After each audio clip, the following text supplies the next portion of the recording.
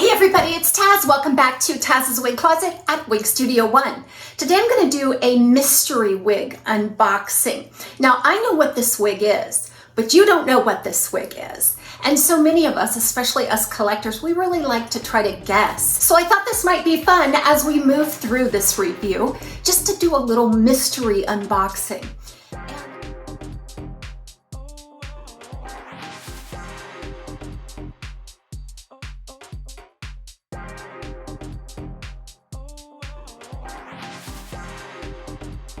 After I film this review today, I'm gonna head out to lunch with a friend and then do some shopping this afternoon.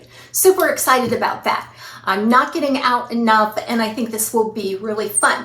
So what I did here was I kind of allowed my jewelry to dictate my outfit and then my outfit dictate my hair. And so this particular wig style is one that I will be wearing out today to meet my friend, but it's not yet out of the box. In fact, it just arrived yesterday. So let's take a look. So what I'm going to try to do is blur out the box and the tags and any giveaways because I'm not ready to reveal it quite yet. Removing the lid.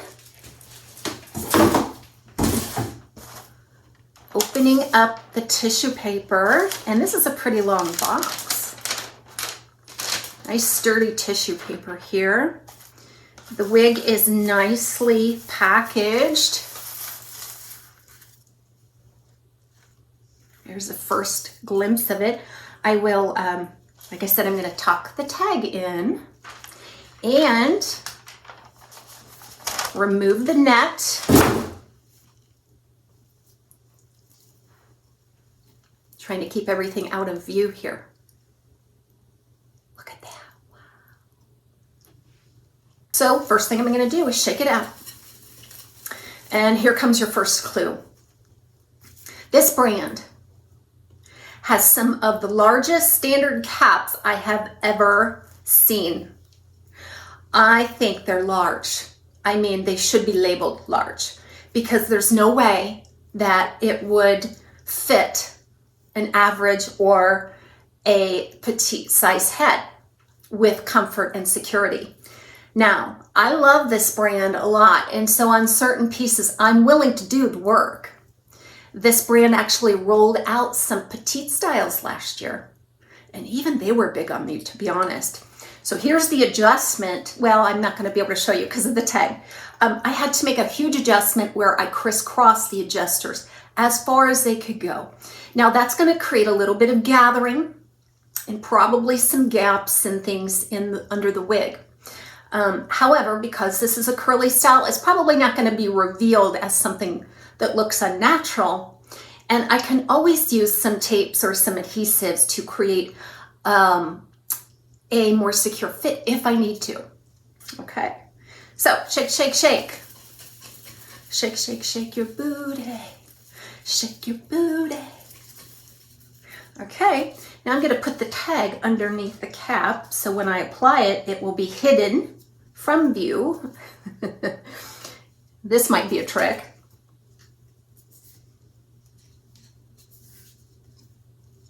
Might not be very comfortable either. A lot going on under this cap.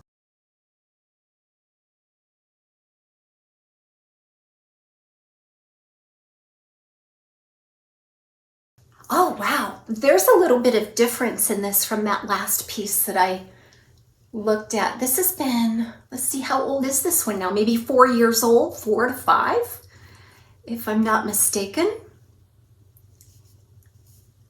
Okay, so this is what we got. Isn't it cute? Oh my gosh, it's so cute. Yeah, this was the perfect choice. I am so glad that I repurchased this one. What is old becomes new again. Do a lot of you collectors out there go through a phase where you might part with one of your wigs because you're not quite wearing it, maybe you're not quite sure about the style, but then you get this hankering to reorder it and try it again with fresh eyes? That happened to me with this style. Okay, so when I first reviewed this, like I say, about 4 years ago, there was so much volume on it that it was just big all the way around. So back then, you know, I think I was still a little bit sensitive to, you know, gobs of permatease and oh my gosh, what am I going to do with all this hair? And it looks like a helmet. And well, you know the drill. It's always an adjustment to get into some of the thicker styles, the more permatease, going from practically no hair, if you suffer from hair loss, to some of these voluminous styles. It can become quite a leap, and there definitely is an adjustment. Since then, I have grown very fond of my voluminous, especially curly styles. I am a fan of permatease if it's done right.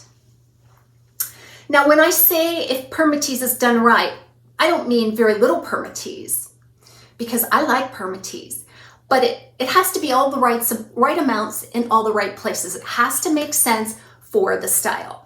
Now, what I can sense on this is that the amount of permatease on this one makes sense for this style. What you'll find on this cap is a full lace front, but then it's open top, sides, and back. And typically with your open top wigs, you're going to find a lot of permatease on top to obscure the wefting, but also to give you a little bit of lift. Okay, so we talked about some of the differences that I see and how much of a great decision it was to reorder this one, despite the fact that it's hard for me to get a very good fit on these caps. Let's just comb it out a little bit. This curl pattern is very nice. It's separated. It's nicely defined, and it works so well with this style. But what strikes me is you can just comb right through it, and it retains its shape.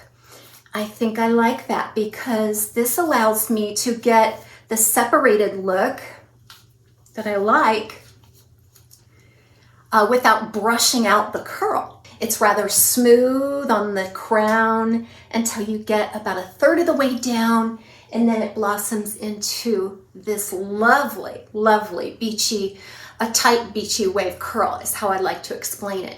And according to the manufacturer's specs, these bangs are about 8.5 inches. I'm not buying that. Here's why. Because I'm 6.5 inches from my hairline to my chin.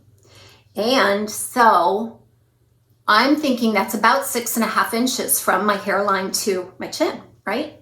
6.5 to 7. And it's harder to tell with these lengths just because this bang has more of a curtain bang effect where you divide it and then it stretches out over each side. There's a little bit of wave that takes it off of the face. I find it stays that way pretty well. Now this is an open top cap, so you can part it wherever you like, but typically the factory part is about left of center, and that's my preferred parting space. So I'm going with it because I think it looks really good. Now this is what you should expect from this style right out of the box. The overall length is about 13 to 14 inches.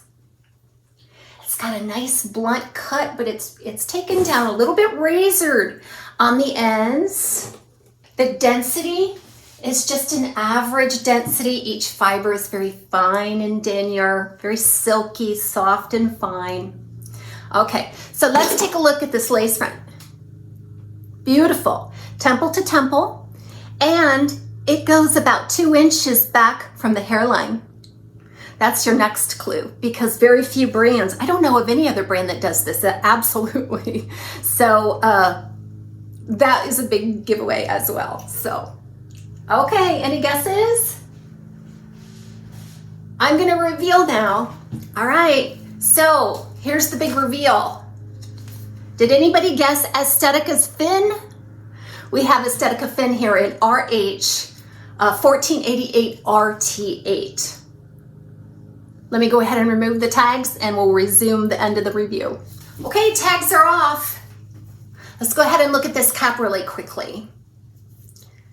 Look at this adjustment. Oh, the adjusters came off or out of their pockets. Okay, here's the style. Look at this adjustment. Can you see the level of crisscross I had to make? I had to take the adjuster all the way from here over to here. Based on what I am seeing here, I think this could probably fit a 23, 24 inch circumference easily.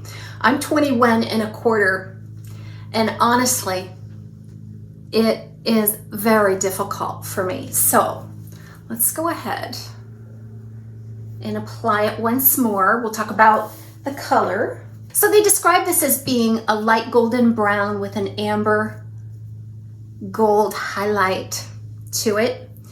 I think that's true for the most part. This is a warmer color. Years ago when I first bought my first Estetica, it might have been the ocean style in this color. It was more neutral to me, and I have seen more neutral applications of this color.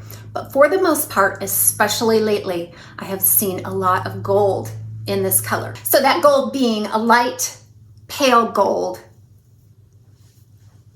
mixed in there with the light golden brown or dark golden blonde. It has beautiful dimension and a medium brown root. I really enjoy the RH1488 as well, which is an unrooted version of this color.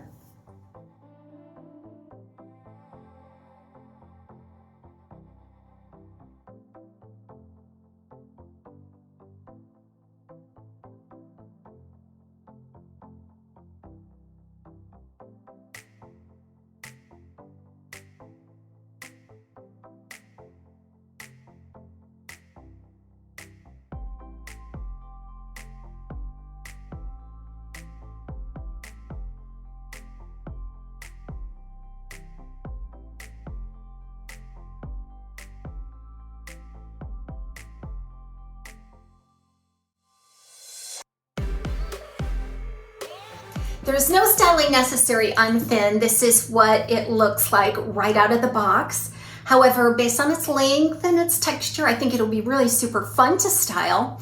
But I really want to drive home the density and the lovely movement and the soft silkiness of these fibers. So let's take a look with glasses. Okay, so I feel like these glasses fit beautifully and securely between the ear and the ear tab. And the frame is just an average type frame. I can say that this would not have worked well with the earlier generation of thin by Estetica. So this one works very, very well.